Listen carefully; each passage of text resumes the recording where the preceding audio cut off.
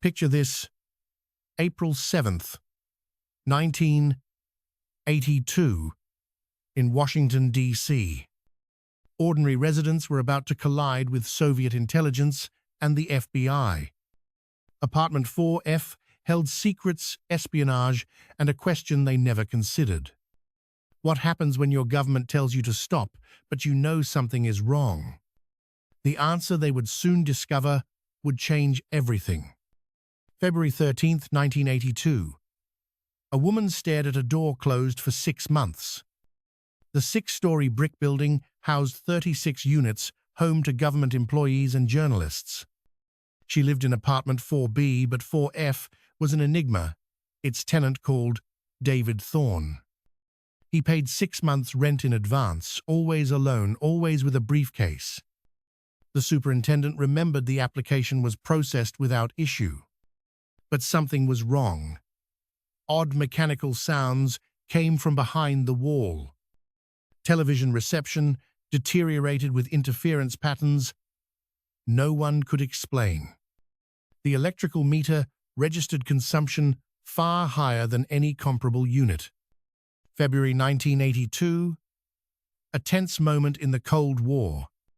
Washington was a target-rich environment for Soviet intelligence operations. The FBI maintained surveillance, but the Soviets shifted to technical surveillance. The woman knew none of this as she stood in the hallway that morning. The door to 4F was ajar furniture, blocking the view inside. The smell, heated electronics and stale air, suggesting the apartment had been sealed.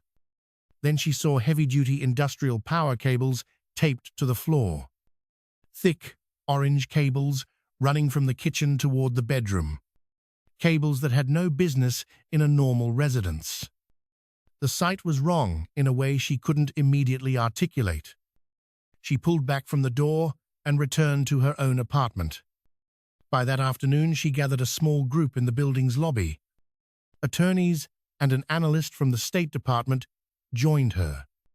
Imagine orange cables snaking across the floor, an odd sight indeed. The scene felt wrong, a puzzle she couldn't quite solve just yet.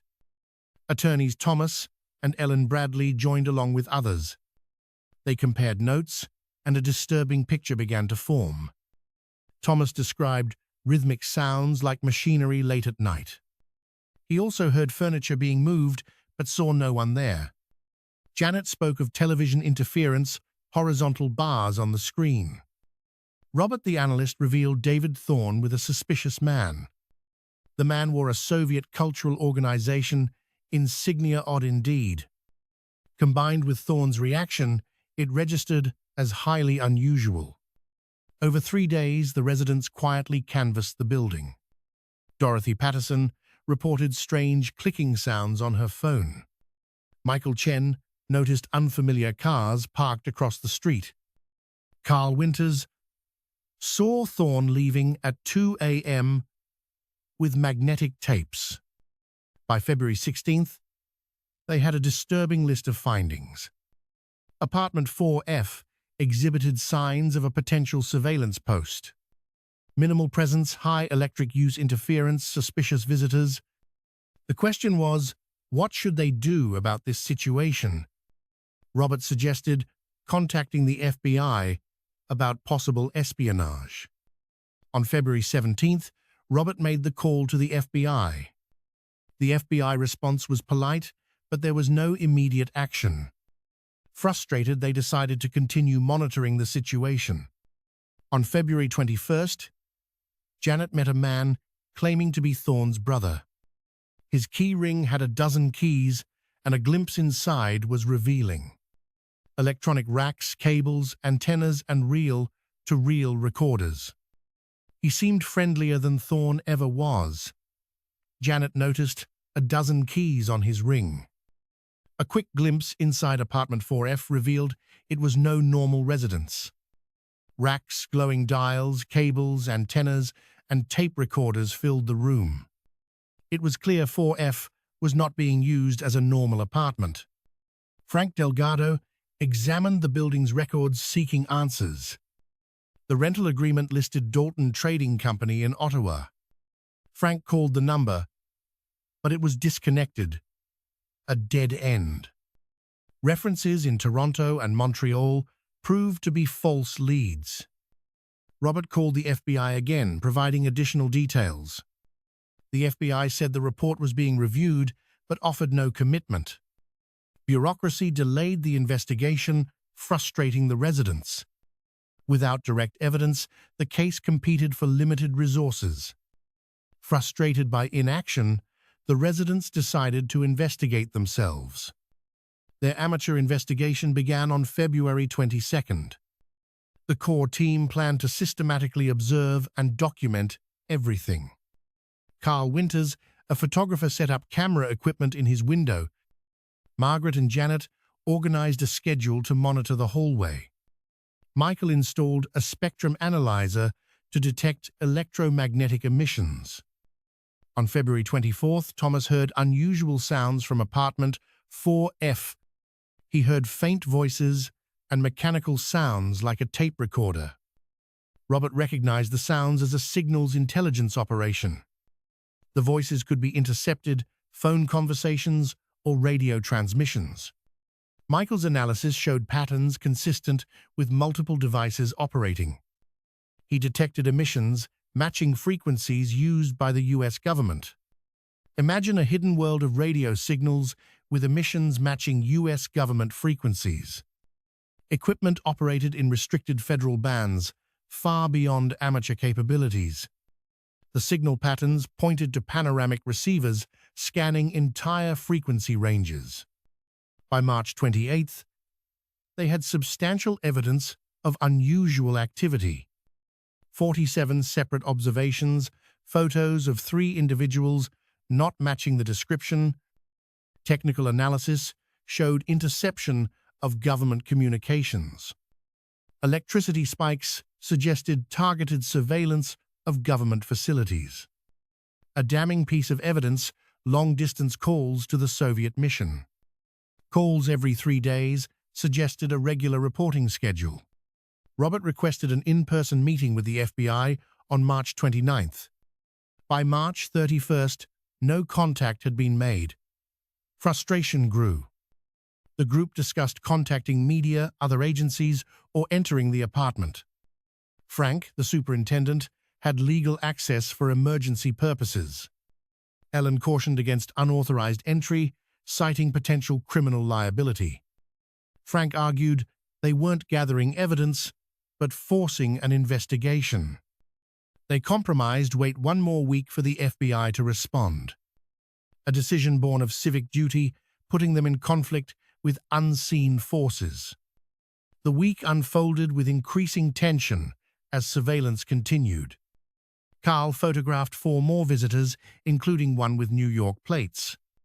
Robert reported this to the FBI, receiving the same patient response. Michael detected increased activity and high-powered radio transmissions. Bursts of compressed data sent on high-frequency bands. Dorothy received a threatening phone call with an Eastern European accent. The realization they were under surveillance transformed the situation. They didn't understand. Accidents could happen to anyone.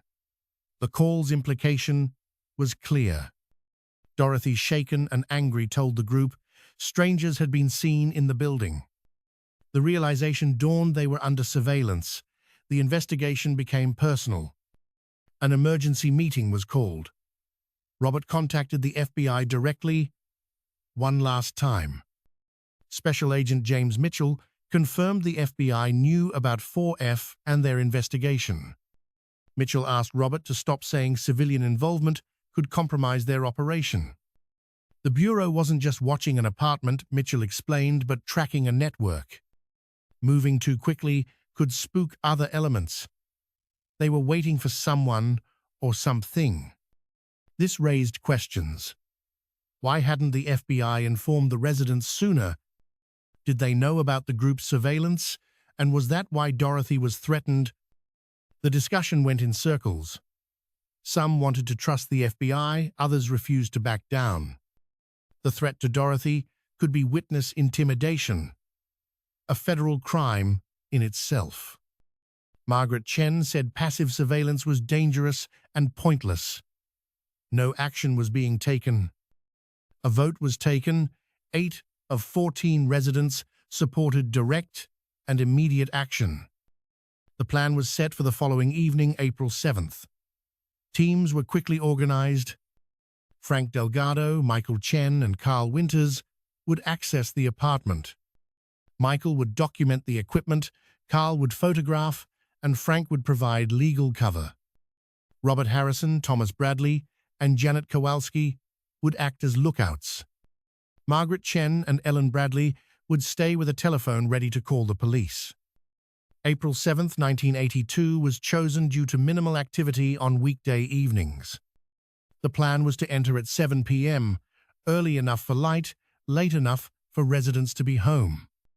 The day unfolded with mounting anxiety. At 2:30 p.m., Janet called Margaret with news. A black sedan with New York plates parked across the street, 2 men watching the building. At 4 p.m., Thomas reported hearing activity in apartment 4F for the first time in days. Sounds of movement, footsteps, shifting furniture. Had the operation been compromised? Robert called an emergency meeting. Proceed or abort? Imagine the tension. Sounds of shifting furniture filled the air. Had their operation been compromised? Did the Soviets know? Robert called an emergency meeting. A critical decision loomed. Ellen argued the activity was a warning. Proceeding was reckless. Carl countered it might be their last chance for evidence. At 5:47 p.m., a knock interrupted the debate. It was Frank, shaken. He saw a suspicious man in the basement. A man claiming to be from the power company, no ID, no tools. The coincidences piled up. Surveillance activity, a visitor. Margaret suggested contacting the FBI even with more delays. Robert decided to proceed alone if necessary. It was critical. One by one, the others recommitted. They had come too far. By 6:30 p.m., team members were in position, tense. Every sound amplified, every shadow, suspicious tension rising. Frank prepared a story, hands trembling as he sorted keys. Michael and Carl arrived aware of the black sedan watching. At 6:45 p.m., Robert made one final FBI call. He described the threat, surveillance requiring attention. Mitchell's tone changed. He knew what they were planning. Mitchell advised no civilians should enter apartment 4F. The FBI was handling it. Interference could endanger lives. Mitchell stressed civilians standing down immediately. The FBI's warning was specific, urgent, and perfectly timed. At 6:52 p.m., Robert explained the FBI's warning. Janet wanted to abort immediately. Thomas was uncertain. But Frank. Mitchell stressed the importance of civilians standing down immediately. The operation was more complex than the residents understood. Robert hung up. It wasn't the answer he wanted or expected. Robert gathered the lookouts and explained the FBI's warning. Frank heard voices speaking rapidly in what sounded like Russian. If they were clearing out, they had minutes, not hours. Robert gave the signal to proceed, defying the federal agent's warning. Frank inserted his master key into the lock of apartment 4F. The door opened inward without resistance. Michael and Carl followed him inside. What they saw would validate every suspicion. The apartment was not an apartment at all. It was completely empty. 6 equipment racks stood in 2 rows filled with devices. At least 8 tape recorders were mounted in the racks. Radio receivers occupied an entire rack, dials glowing amber and green. Signal processors and amplifiers filled another rack. A cassette player connected to subwoofers was playing a loop. It was a carefully engineered recording that included footsteps. Transducers transferred sounds into the building structure. Carl began photographing, documenting everything. The flash illuminated cables labeled with Cyrillic characters. Michael identified a modified P250M Rusulka receiver. Thin wire antennas had been strung in a zigzag pattern. Next to it was analysis equipment suggesting professional intelligence work. Picture this: concealed antennas stretched from floor to ceiling, a hidden web of espionage. These wires, virtually invisible, connected to receivers, rapidly retuning across frequencies. A desk held analysis equipment, oscilloscopes, meters, suggesting professional intelligence work. The bedroom, a documentation and transmission center, a hub of covert operations. A typewriter, stacks of paper covered in Russian notes, secrets waiting to be revealed. A microfiche reader analyzing physical documents, piecing together the puzzle. Most damning, an R3 94 km burst transmitter, a tool of Soviet intelligence. This device, swift, compressed messages into millisecond bursts, nearly impossible to trace. Sophisticated Soviet communications.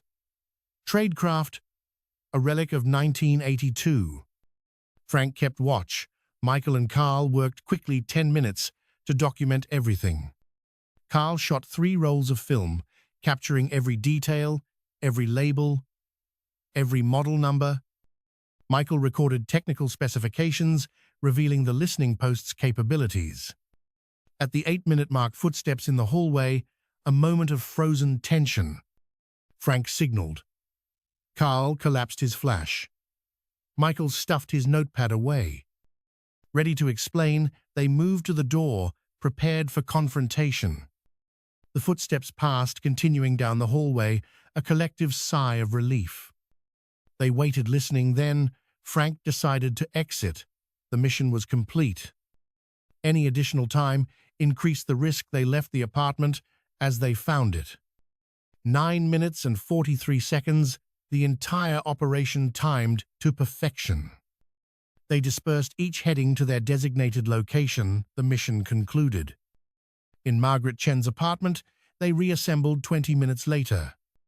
Carl developed the film images laid out on the table, irrefutable evidence. Apartment 4. F. A. Sophisticated Soviet intelligence facility, a threat exposed. But how to use it? Obtained illegally, inadmissible, yet a threat to national security.